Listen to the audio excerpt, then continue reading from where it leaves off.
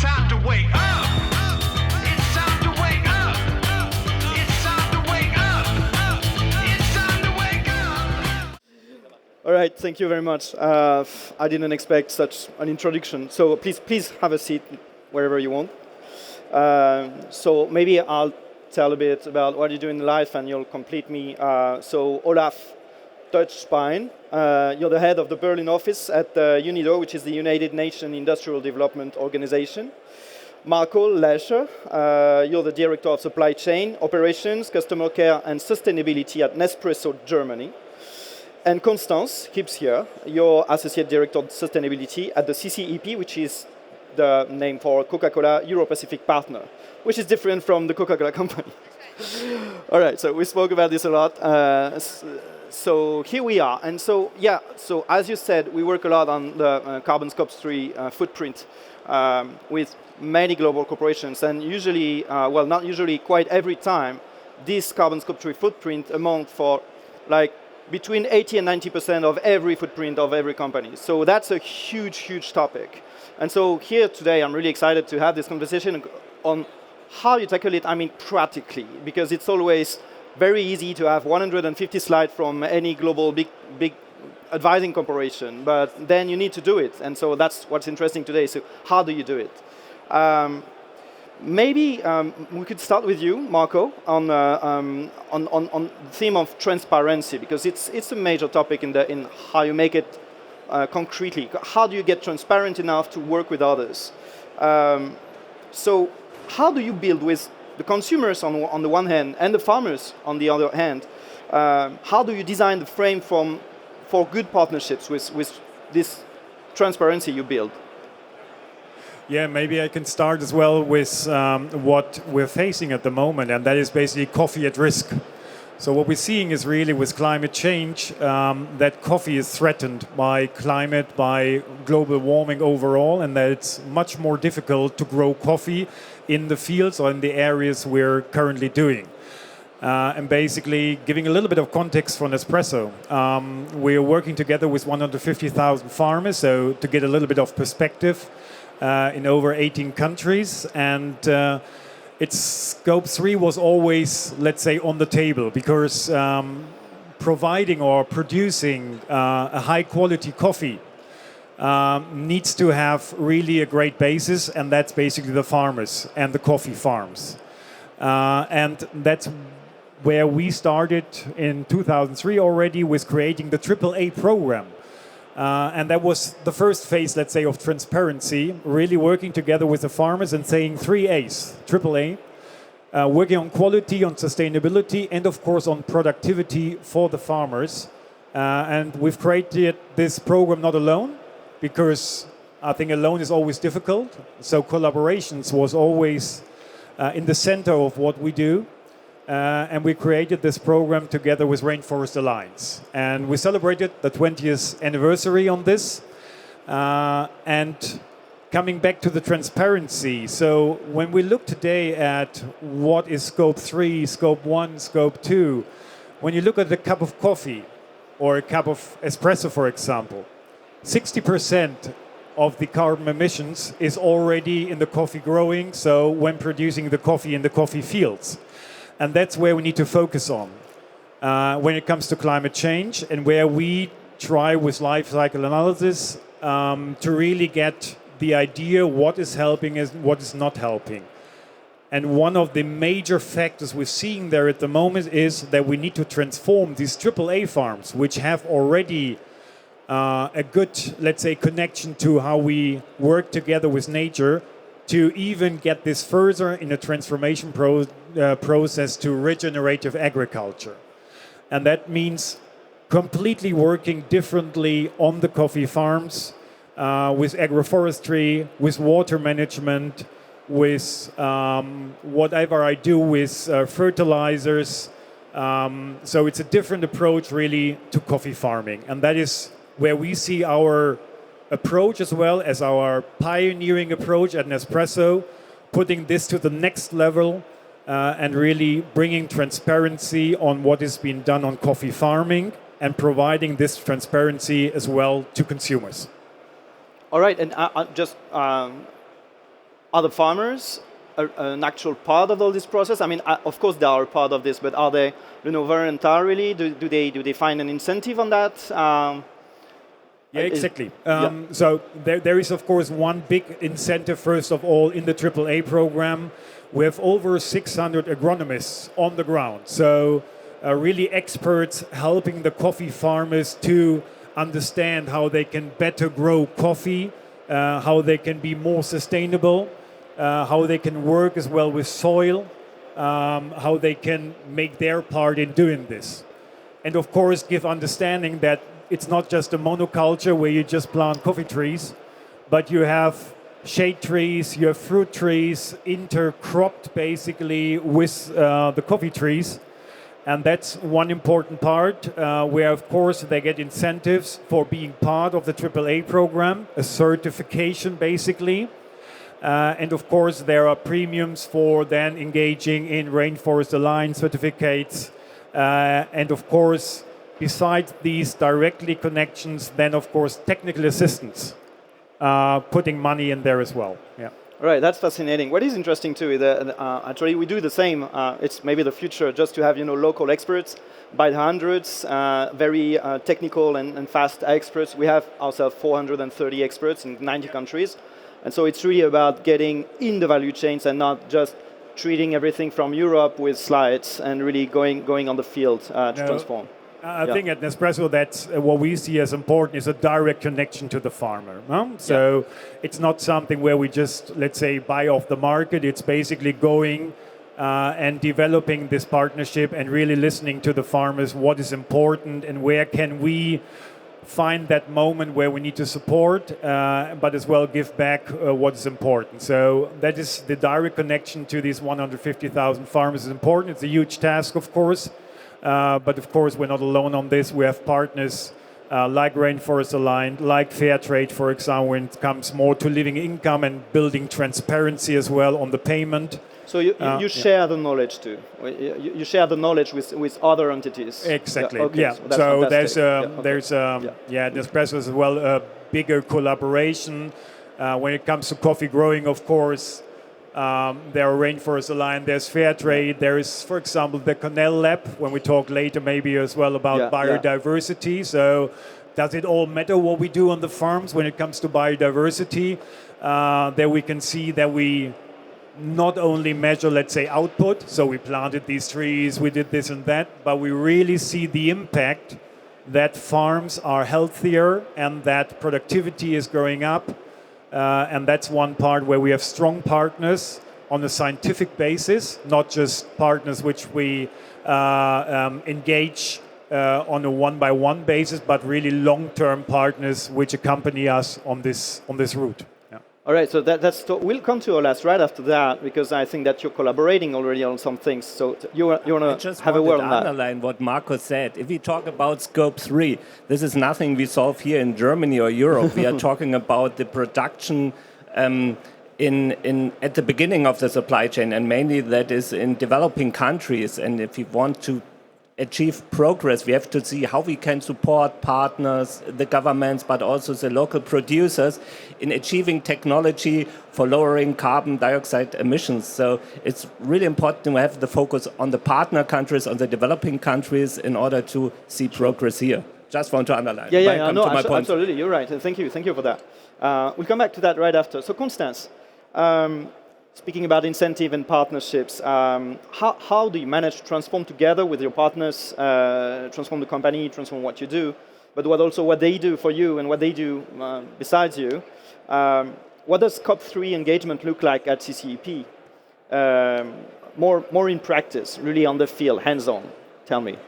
Thanks so much, Guillaume. And first of all, thank you to the organizers for inviting us. It's a great pleasure to be here. I think before I answer your question, let me give a little bit of context. So CCP, we're a global consumer goods company, and we produce, market and distribute finely branded beverages, such as, I hope many of you will know, such as Coke, Coke Zero, Fanta Sprite. And we sell them to our distributors, who then pass them on to the consumers. This is opposed to the Coca-Cola company, which is slightly different because they own the brands. They are the ones that produce the syrup, and they are also the ones that market directly to the consumer. So where I sit is the bottling part, so that's more the operational part. And we are in 31 countries covering 31 markets at CCP, and have therefore a very large operational footprint. And that is why also the sustainability agenda has to be very kind of a critical pillar in everything we do. And as you mentioned, looking at then our emissions, we have a North Star in our sustainability strategy, which is to reach net zero by 2040. And that is a big task because, and you mentioned, like you alluded to, we have 90% of emissions sitting in scope 3. And if you then look at how does it break down, so you have about 37% sitting in packaging, about 25% in ingredients, another 18% in cooling equipment, such as fridges, and then you have operations and transport. So you see there's a whole range of activities, so to speak, that you need to address. We have about more than 16,000 suppliers. So you can already see kind of the task ahead. And the question is like, where do you start in addressing scope 3 in that kind of scale? So there's different elements and layers to it. So the first layer is that all of our suppliers have to meet supplier guiding principles and follow them, which is basically covering human rights issues, labor issues. We also have, for agriculture producers, we have kind of guidance on policies for agriculture, for sustainable agriculture, and that's kind of where you cover things like emissions, farm management, and so that's basically where ingredients sits. But then we also kind of separate out some of our suppliers where we have 80% spend. We call them strategic suppliers. And then we have another layer of those that have 80% emission. And these are like carbon strategic suppliers. And there, of course, that's a, very, these suppliers are a very strong focus for us. And for these subset of suppliers, what we do is that we ask them to go through an EcoVadis assessment, which is kind of giving you a score and a rating, and you have to be above a certain score in order to do business with us. But you also have to what is the score you need to have to work with CCP? At least 50. At least 50. Yeah, okay. And at least 35 in each category. All right. There's like 4 major categories. Yeah. Which is quite good. Yeah. So the standard is quite high. Yeah. So the other thing we asked them to do is to set science-based targets, and then also to move towards renewable energy, 100% renewable energy. So of course this is can be a challenge. We have different types of suppliers, larger and smaller ones. So this is why we also take, a partnership approach. So it's not just about asking, and what we request of them is kind of reflecting our drive towards net zero, but we want to do this in partnership. And so what we do is let me mention 4 kind of initiatives that we have. And we do that together with the company. So first, we have something like an educational program. So here we working with suppliers, we're passing on knowledge, insights, tool, resources on how do you measure greenhouse gas emissions, how do you, what policy do you have to abate, but then also how do you disclose, because that can be quite a challenge. And even for us, it was a challenge to even, get down to this measurement of how much you have in each. We also support especially smaller suppliers on accessing the green energy grid. We also have a supply chain finance program, which I find very, very interesting. We're doing this together with Rabobank.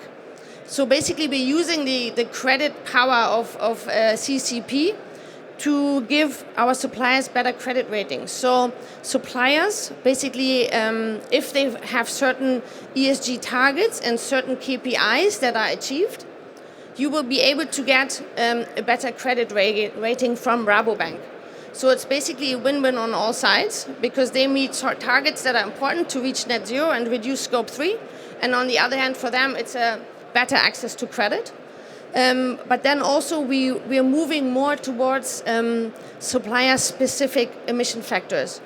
So at the moment, what happens if you measure emission is you go by the amount of product that was sold, so aluminium, and then you multiply that with an industry-specific emission factor. And that is set, together with EFOI. That's a standard kind of emission factor. But that is very general and gives you a very general amount.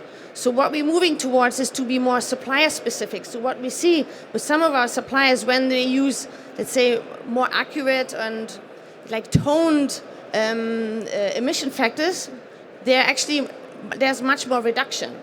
So actually, we can work with much more accurate figures. Yeah, and that's consistent actually with the meaning that are taking the new European rules that are going deeper and deeper in the value chain. So the more you know, the more you know. Actually. Exactly. Yeah. Okay. So this is basically kind of the four kind of programs that we have with them. But then, of course, the exchange is very close. With many, we've worked for many years.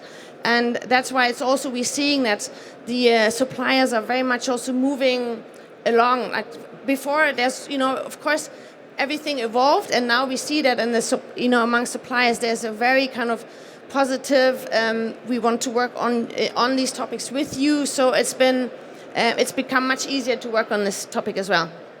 That's what I like in your two testimonies is that actually you what you call getting your hands dirty. I mean, you're really working with your suppliers like partners, which is very interesting. And I often say that if you don't do really specific and on the field things, we are going to die with very good-looking slides. so let's not go there.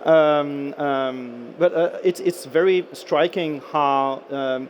From what we learned in business schools, like you have the big groups working on global footprints, and that actually became something that is very on the field, very hands-on. And so, Olaf, maybe you could tell us more, like how with UNIDO you help companies like Nespresso and CCEP to work very on the field on these kind of challenges. Yeah, thank you very much. And bad news is we are not cooperating for the moment, but it can work out. Some words at the beginning. What is UNIDO? And it's one UN agency with a special mandate to promote industrial development over the world. And when we talk about industrial development, we talk about sustainable industrial and economic development. So all the things that you mentioned is our core business. We don't have much finance in our background like the World Bank and other institutions, but what we are doing is exactly trying to harmonize and standardize norms and standards, also for Scope 3. I come to this later. We try to be a hub for innovation and technology, so we work with companies who invented something or have a good technology for carbon neutral production, for example, with another coffee producer from Italy who does a very good espresso as well. And we do, at the end, also try to help companies to implement standards or to get market access. So everything what is said is our business. And I see there are a lot of synergies. But we are not right now for Scope 3 in the food and beverage sector. What we are doing is, as an industrial development organization, focus on where are the most emissions right now. And we started with a focus on steel and cement and construction, because this accounts for 15% of the global greenhouse gas emissions. And before I tell you a little bit how we do that on 3 levels, and that can get a little bit boring, I want to really underline what you said. I think if we talk about Scope 3, we have to see this is support of suppliers, sometimes really basic. We talk about developing or to achieve progress in developing countries, to help them to achieve the SDGs. So it's not just to solve a problem we have here to get our balance sheets right or to get our accounting right, but it's like you all said, it's about development in a sustainable way and helping them to get the necessary energy transition done. And I think this cannot be done without private investment. And so it's great to hear that these companies are going forward and helping to get this investment and technology transferred into the countries.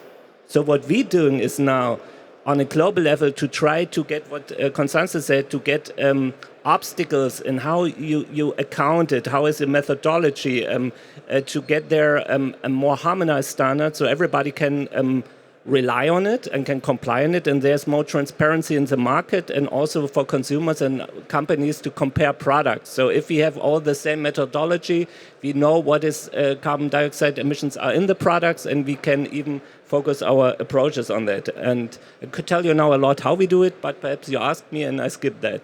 And the second part we are doing is on the national level. We work with governments to help them to adapt to the standards, and mainly this is a question of data systems. So they need good data system, monitoring, verification system. Not only that one company is doing it right, but what we want to help is that the whole economy is moving in this direction, that the whole country is moving in this direction. As I said, if we all want to achieve the SDG, all countries need to move. So this is why we try to support the governments with data and other basic technologies that are necessary for Scope 3. And at the end, if companies are interested, we also help them to implement these standards and to see if we can develop new technology on the field. Like Marco said, it's a question of how to water plants or how to use fertilizers, many things that can contribute to lower emissions, and all this technology we provide. Thank you. Yeah, thank you. That's because actually very often the actual difficulty is like you want to map your scope and you want to understand your footprint and then you want to work on it. But at the end of the day, you have your beautiful tech and your good slides, but you have at one point on the globe a poor guy with a paper and a pencil trying to understand what he's going to do with that, and still with other economic problems and that kind. So working on a larger scale on local problems is actually, I think, very important. Maybe that's what does that inspire you? Is it micro on? Yeah. Because you just said about paper on the fields, and I think that's one part which is interesting when it comes to transparency. What we worked on was this blockchain technology and really tracking down if the coffee really comes from this farm, is the farmer really paid in the right way, and then that you as a consumer can really track down and see where the coffee went, which way it went. And that was where, of course, how do you solve this on the farm is, do they have always the right mobile phones? Can they use easier ones? Do they still need to use paper? Do they have even energy to plug the phone and trace that? Exactly. So that could be that kind of thing. Yeah. So you use whatever, not the newest mobile phones, but maybe with an SMS technology, and you try to really confirm, did the farmer really receive payments? And that's one way, of course, to really put transparency into action. And really get the partners, so the farmers really connected to the consumer in one way. Now, of course, with digital technologies, in an innovative way. Yeah. All right. That just inspired me. Yeah. No, that is. You wanted to add something? No, I think we're moving a little bit into the challenges piece. But I think exactly. I think that's also what we're seeing, that the data flows are going to increase.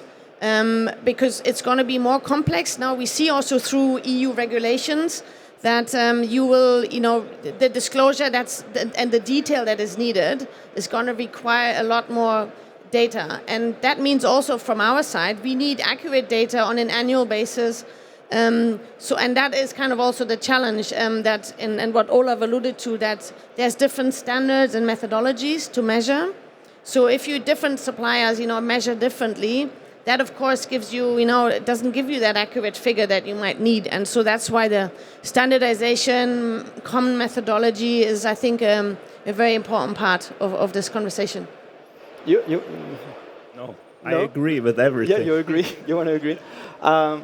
So we moved very fast to the last topic we wanted to address. So let's find something else. But I had a question that is a bit out of the scope of this conversation, because we are speaking about carbon scope 3, right? But these questions seem to get trickier and trickier when you come to biodiversity and the new theme of water, that kind of things. May I ask, and it's not prepared at all, we just went very fast on that, but is the same spirit of partnerships? Are you asking yourself the same questions? Are you having the same conversations with the farmers, for instance, on, let's say, on biodiversity, because there are some standards that can be set and some technologies that are quite mature now on carbon, but on biodiversity, I know it's a mess. And so, could you say more about, when we change the topic, go on biodiversity, because I know that you were a lot about regenerative agriculture and that kind of things. So, let's go. No, that basically goes hand in hand. The one part is a regenerative agriculture, so the transformation to really transforming these farms in a new approach and new methodologies. That means, of course, using agroforestry, planting fruit trees, planting shade trees. That talks a lot about using organic fertilizers, for example, composting on the farm directly. That talks about the landscape action, not only looking at the one farm, but maybe if you talk about biodiversity, that means, of course, what is the wider landscape around the farm. And of course, planting these trees is not just for, we have some carbon credits somewhere. We're basically not really interested in this. It's more an insetting piece where we really look into, we plant trees on the farms, around the farms, and that is a program about regenerative agriculture. And that was then the question, when we do all this, does it change anything? Has it any impact? And so we went in a pilot project, roughly 2019, to look at what does it mean, biodiversity on a farm. So measurement was a question. Carbon footprint you can measure, but then was a question, how can we do this? So the collaboration with the Cornell Lab was one piece of this, and saying bird population can help us there. So can I not measure bird population, bird species on a farm? And compare this basically to something which is great. Let's say a conservation area where you normally would expect all bird species in a country. And we did this in Costa Rica, and it turns out that the bird population, or the number of bird species on the farms, on these AAA farms of Nespresso, is quite similar to those in conservation areas.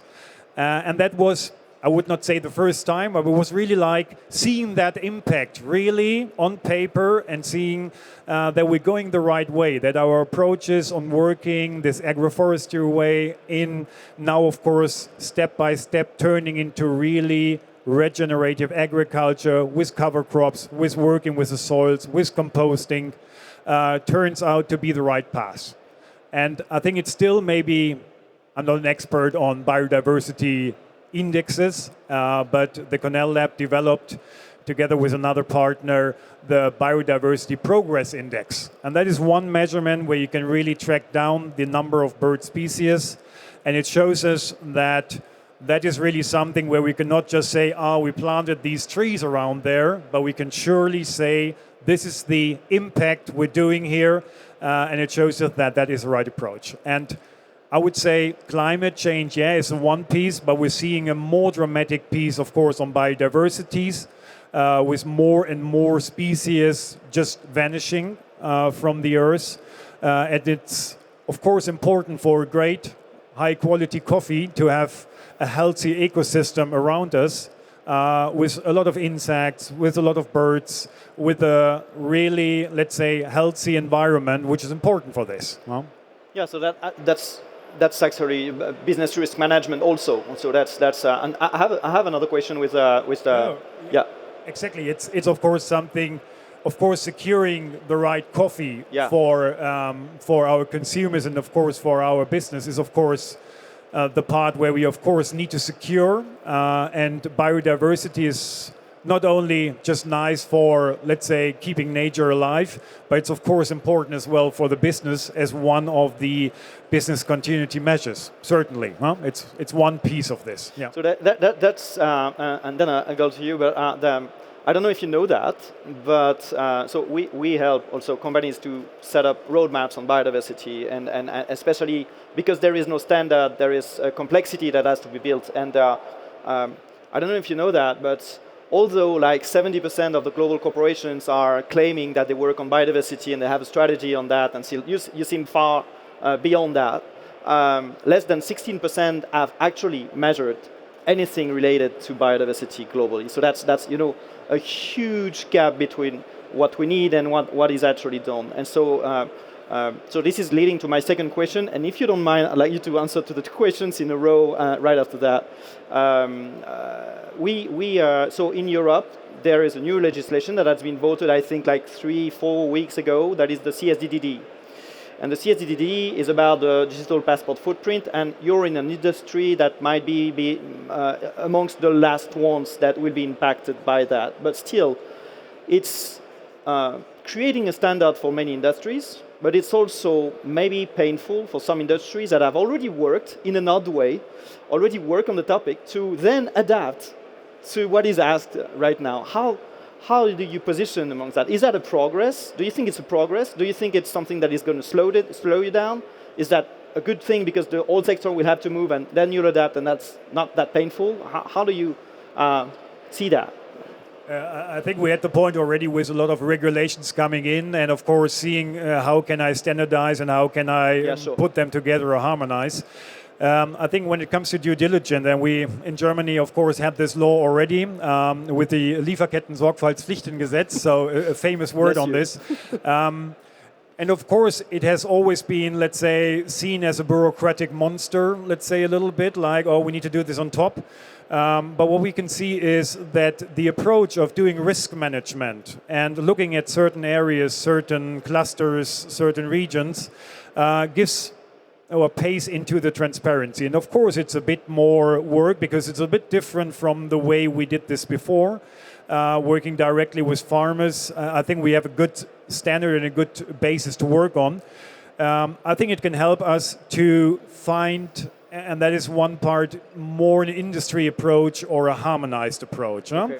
So reporting on different various parts is of course great, companies approaching this differently, but what we sometimes miss, and that's what we see as well when we talk about life cycle analysis, for example, for a cup of coffee, and you pin it down and you look at the next company, they have maybe a slightly different approach because they chose a little bit of different institute or approach on this.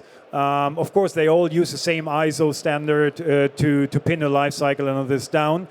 But I think these, like the due diligence regulation in the European Union, helps us to harmonize stronger. And in coffee as well, we need an industry approach. We need to be clear on what are the sustainable measures, what is a carbon footprint, how does it affect biodiversity, and I think it's only a small part now with the due diligence, of course, looking as well at as various parts when it comes to social parts, of course, in the due diligence. But I think it helps us, and we need to adapt, and we are able to adapt to this. Yeah. All right, thank you. Please, I really want to hear Constance. Could you keep it? Just. I really want to react on this because this is important for UN, but for others. This due diligence act on the European level, but also on the German level, is really important. And I know the discussion from many business associations, this is a bureaucratic monster, whatever, but it is really a change of mindset. And I could tell you stories 10 years ago when we talked to companies and told them what happened in Rana Plaza, to take in another branch, and in the textile sector. It never can happen again, and say, yeah, but it's in Bangladesh. I mean, we are here in Germany, and then, so this is the duty of the government of Bangladesh to take care that no fabric is, falling apart again. And this has changed, and it's important that it has changed, that we take care of the whole supply chain and not say this is something that happens somewhere else. And I think this law and also the European regulation are a tremendous step in order to make this for every company as an obligation. And it's great to hear that we have here two forerunner companies that do it by themselves, but there are a lot of other companies that are not so far. And it's also a question of a fair market, that all companies have the same level playing field. What are the rules we apply in a global setting? So I cannot underline or say it again, we cannot underestimate that this lays down for the first time a basic foundation what we are not willing to accept in our supply chain. And we are talking here not about European social standards or German standards. We talk about the prohibition of child labor. We talk about really basic human rights, and I think we all should take care of that. So it is good that we have this regulation from my point of view. Maybe to react on it, I think there's no doubt that, and we definitely share, the importance of having compliance in the supply chain, which is exactly why we have the guidance and the policy that we have, because and they're audited as well independently, because we want to be sure that it's aligned. I think the issue is more that when there's so many parallel instruments that you kind of streamline. That I think is more the challenge, that there's different, you report here in this way, you report here in that way. I think it's more this kind of issue that you have a lot of, even if we look at our integrated report, it's like 300 pages. And and that's very detailed. Like it goes into like all the figures. It takes you quite a long time to read it. So imagine putting it together, and when new regulation comes, you have to adjust. So I think it's not the issue that you don't want to do it. I think it's more like, is there a way to simplify the different instruments across that we're looking to address? But I think I want to come back on your nature question, because I really like that question. It's one that is also close to my heart in a way, because often I think. The whole nature discussion has, finally picked up in a way, because before we spoke a lot about adaptation, mitigation, and the nature part. And this is, you can see even on the Convention on Biodiversity, it's a little bit like the stepsister. Not many people talked about it, and now it's been really coming. It's connecting into the UNFCCC, UNFCCC, and because we forget that climate. Emission and scope 3 reduction, mitigation is very much linked to nature as well. In carbon sinks, nature-based solutions, they are the ones that capture the CO2 in a natural way, and at the same time create the biodiversity that you need in order, for things to grow and for the planet to survive. So from CCP point of view, we have a lot of water focus. They're looking very much at water efficiency, water reduction, but I think we're looking more also into the area of how do you connect it into the nature piece. And so we're already at our central level. We have engagement with the SBTN, which is exactly looking at how is your nature footprint. How does it look like? What would you need to do? How do you need to engage? Which again then also influences again the reporting. So that's where it again comes together.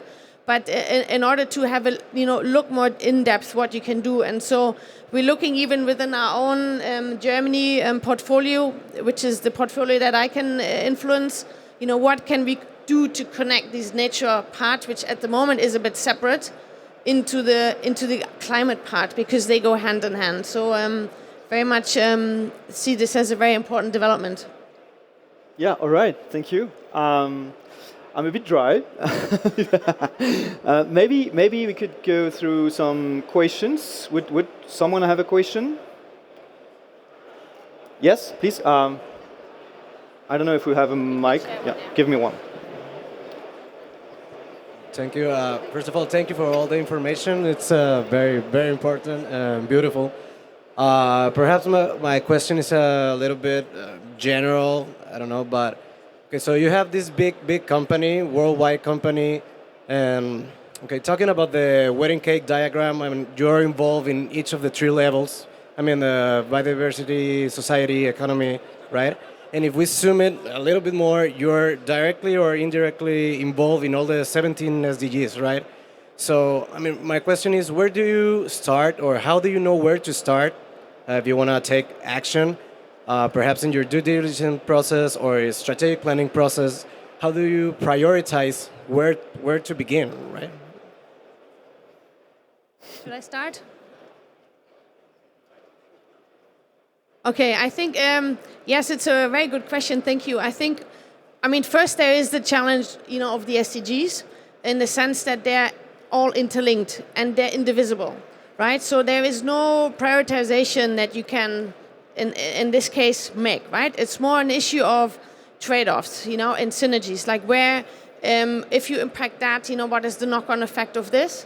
And then, of course, the next way to think about it then is to look at, within your company, which one of these SDGs can you most influence, and where will you have the biggest trade-off, so to speak, and can create the biggest synergies. And of course, in where we have such, emissions, and where emissions are very big, and especially in the scope 3 but area, then of course that is an area that you can influence, and that you can use also the let's say, the power behind you. So as I mentioned, the Rabobank example, right? So using our own strength on the financial, in the credit field, to pass on to our suppliers will then help them. But I think it's also, it's seen in a bigger picture. We can also use the influence and to look at this more generally. So for example, the green energy grid, right? For us, it's a very important point to make that if the energy grids are greener, of course, that will have a major impact also on our own, scope 1 and 2, but then also on our scope 3 emissions. So I think for us the issue is to look at where do we have the most influence into what we can do. And the biggest point that's always important, I think, is, as you talk about the 3-layered cake, is that these are not separate layers. Like you have to eat them in one go, to stay with the analogy. So, we're looking to really in the portfolio connect these different parts with one another, because only then does it become a holistic way to look at things and not these separate pieces. Yeah, I think it's probably comparable. We basically look at the materiality analysis, looking, of course, where do we have impact on nature, basically, on the SDGs, and basically on the other way, of course, how does or do the NDGs or the effects impact our business? And that basically comes into a strategic process where we look, of course, and that was one part on the life cycle analysis and going deeper into the parts of climate, for example. But as pointed out already, if we don't work on this biodiversity or on carbon neutrality, we basically have no coffee left. And that's one part where we're looking at, but basically starting from a materiality analysis, going deeper into the effects on the complete value chain, not only on the, let's say, the farmer side, but of course as well on the consumer side. How do we use efficient machines? Do we use recycled materials? Which materials do we use for portioned coffee? And so on. Yeah. Thank you for that question, actually, because I don't know if I have sound. That's all right. That's working. That's a very good question also, because actually for every global group we work with,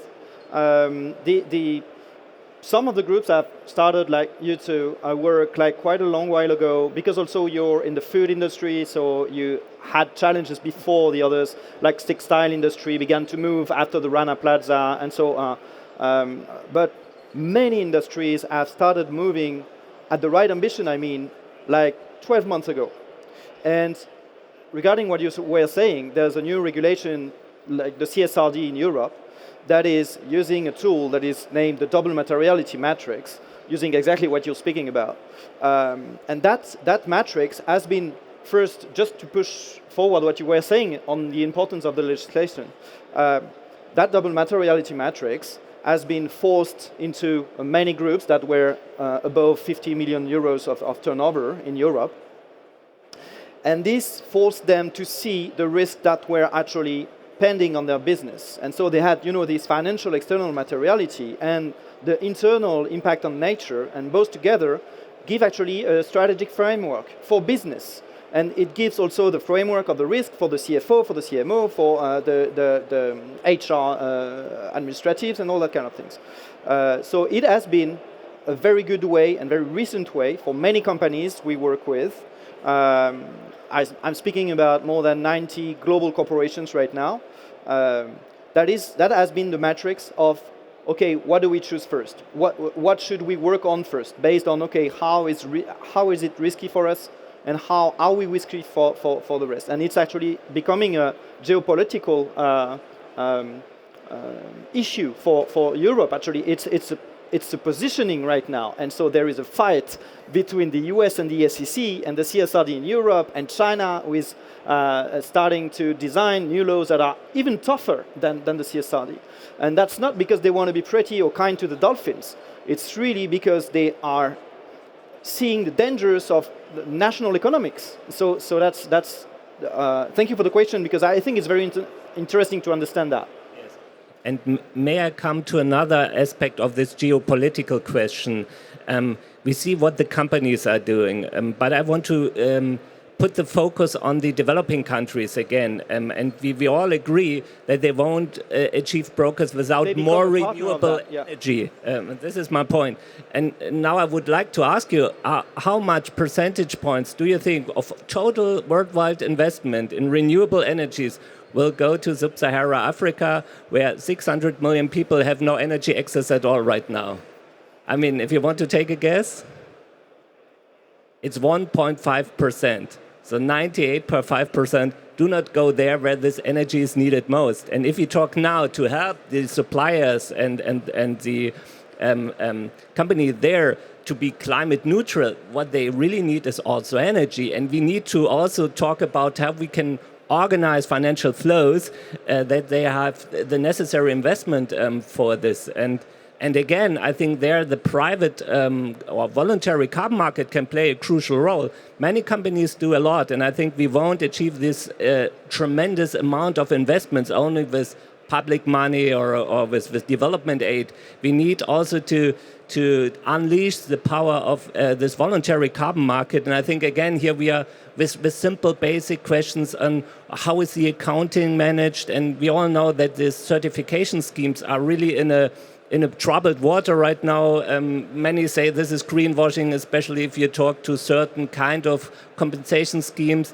But again, we won't achieve this necessary financial flows if we cannot find new ways of unleash this power and fostering direct investments from companies in these countries to get this investment on the ground. Thank you. So I see two questions here, and one here, and okay. I'm glad we have time. First, thanks for the brief insights. I just have a question on, because we talked about traceability or the data flow, I just want to hear about your opinion on a digital product passport that coming into effect, that I think also food industry will be also the main target. And I was wondering, the first question will be, how are you going to prepare, or if you're preparing for it, and what's your opinion on it? Like, is it hindering you or hindering the business, or you think more like leverage that you can do more with transparency and traceability? Thank you. I didn't get the one word, the passport or Digital product passport. That's passport. actually Yeah, what we exactly. were speaking. Exactly. It was just in the hearing. No, it would definitely undermine, basically, or help us. I think basically I pointed already out this program we have with OpenSC, a company really tracking down a blockchain technology, and that's exactly where I think the digital product pass can really help us and provide more details on this. We're working on this currently, but have no final solution currently. But we see as well with the cooperation and trying to bind this together as well with the traceability part that we make a step forward. So it will hopefully help us there. Yeah.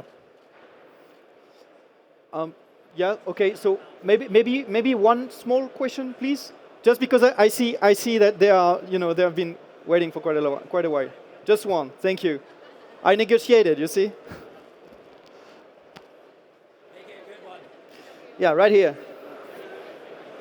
Hi, sorry. Actually, this would be to Mr. Lescher directly, if you don't mind, because I would presume you as a quite heavy weight in the industry, and you already mentioned the topic of industry solutions.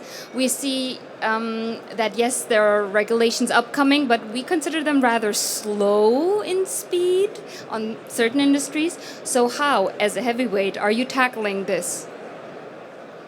I don't know if are you relating to the EU regulations, which basically were boiled down a little bit on the due diligence, for example. Yeah, I think comparing this. Outside of that, yeah. Industry solution. I think industry solution, one part is, of course, we're trying to, with what we see in the life cycle of this, in trying to push for a path for a product environmental footprint, really going into this direction and basically going, I think, beyond many parts which we need to do. So, for example, in social sustainability, where we try to establish as well a standard with fair trade together for living income, so living income reference price. That's basically nothing which is, let's say, in the regulation, but which is pushing, let's say, the level really up And that is one, let's say, one example where we, as Nespresso, trying to pioneer with one of our partners really, in this sense now the fair trade living income reference price, one example where we go beyond what regulations are requesting of us. So I think industries have understood that they need to do more and that they need to do a lot more to secure their own value chains, of course, but as well for nature and for the people working in the chains. Yes. All right. Thank you. Thank you so much for your time. Thank you, everyone. It's time to wake up.